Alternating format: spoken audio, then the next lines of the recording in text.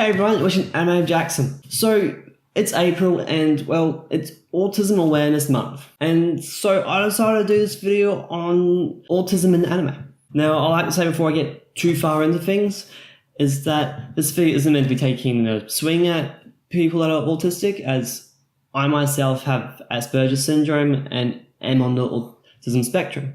So this isn't me taking a swing as much as me just having a look and seeing how anime portrays autism and just autism in anime in general, like in the community as well. So now I like to describe this spectrum very briefly. And the best way that I found to describe it is think of the color blue. I suggest looking at this blue here. That's just my suggestion. And I'm picking blue because it is the color for autism and the conditions on the autistic spectrum. But we've got blue. Now think of how many other blues there are. And I can help out with that. Here's my swatch book for my Copic markers. As you can see, there is a lot of different blues. In fact, in the Copic marker swatch book, we've got 2 pages worth. I'd like to note that quite clearly, I don't have all the blues. But that is what the spectrum is. There is many different conditions in the spectrum, and I reckon that is a really good way of looking at it. So firstly, on a forum post on my anime list, on a website called Ambitious About Autism, that Japan doesn't really recognize autism all too well. They know that it's there, but the support and the ability to diagnose it isn't the same as other countries. So with that, it may actually get swept underneath the rug. But also I like to add, because of how little it is recognized and therefore the public doesn't really know too much about it, that the creators don't really talk about their characters going, hey, look, this character is on the autism spectrum. Yeah. But instead they do the exact opposite. So when it comes to going, you know what, this character here is on the autism spectrum, usually is just on fan speculation. And this might be because of creators' ignorance about the condition or the various conditions in the autism spectrum, or the fact that they want their characters being perfect, despite how mentally insane some of them can be. But here are 3 characters that are believed to be on the autism spectrum. Kotomi Ichinose from Clannad,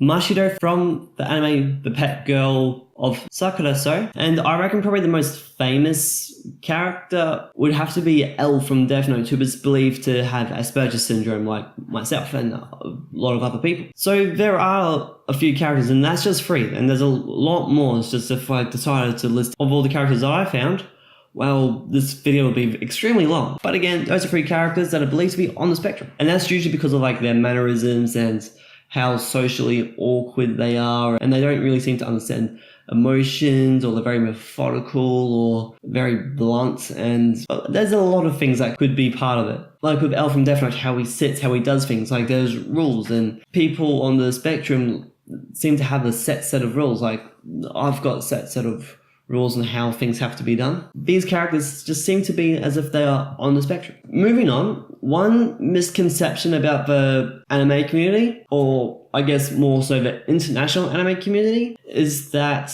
we are full of people on the autism spectrum. And that's not true. I think a better way to describe it is that people on the spectrum seem to have an enjoyment of anime, manga, and even comics. Not that the anime community is full of people autistic, as much as there are lots of people on the spectrum that like anime. Now, I'm not quite sure why there's this misconception about it, but it may be because the belief that those that like anime are socially awkward and don't know what to do in social situations. Yeah.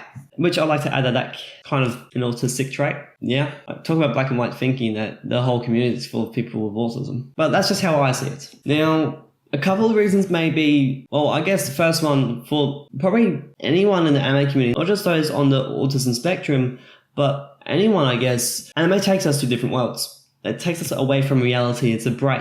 Following on from that, because of how anime is portrayed, and usually because it comes from manga, where the source material is very blunt and upfront, and you really get told what's going on. And what I mean by that is, well, these forms of media are very blunt. You know when a character's sad because you can either see it because they've got a sad expression, they could be crying, or even better, let's have a character A who's sad and a character B. Character B goes to character A and goes, what's wrong?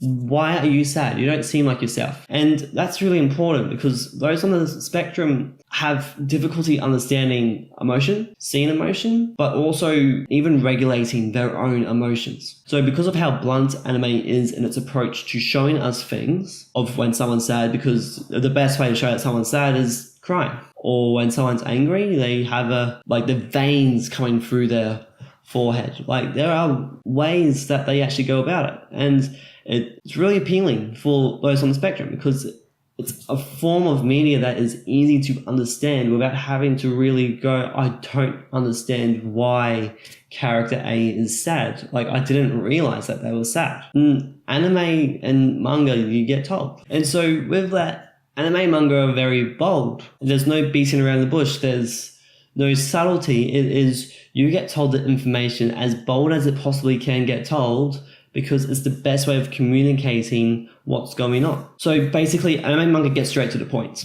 So yeah, there are characters that show signs of being on the autism spectrum, but also the anime community is not full of, but there is a fair few people in the community that is on the spectrum. So yeah, before I finish this video, I'd like to say that I have put links to that my anime list forum post thread thing and that Ambitious About Autism website down below. But also I have put in links to one YouTube video where the lady talks about why those on the spectrum like anime. Some of it is stuff I've said, but it's a 2-3 minute video and it might be interesting for some of you. But also to a video from Mr. Connexia where he goes through 25 anime that show different mental illnesses because, well, let's be honest, mental illnesses are a serious topic and they're not something that should be treated lightly. The video isn't just about characters with autism or Asperger's or anything on the spectrum. It's also got things like PTSD and narcolepsy. There's a lot of other conditions that he goes through where anime characters seem to have these conditions. But yes, that's all I have for this video. I know that this is a little bit late for the Autism Awareness Day, but considering that it's Autism Awareness Month, at least I got this video out this month. Anyway, I'd like to thank you all for watching. If you enjoyed this video, click that thumbs up button down below. It'd be really cool if you did. Also, while clicking buttons down below, don't forget to click that subscribe button. It'll be an amazing help to me and all of you get stay up to date for when I upload more videos. Again, thank you all for watching. I hope that I see you all in the next video of whatever the hell I make. And also to those on the spectrum, you are awesome. Don't forget that.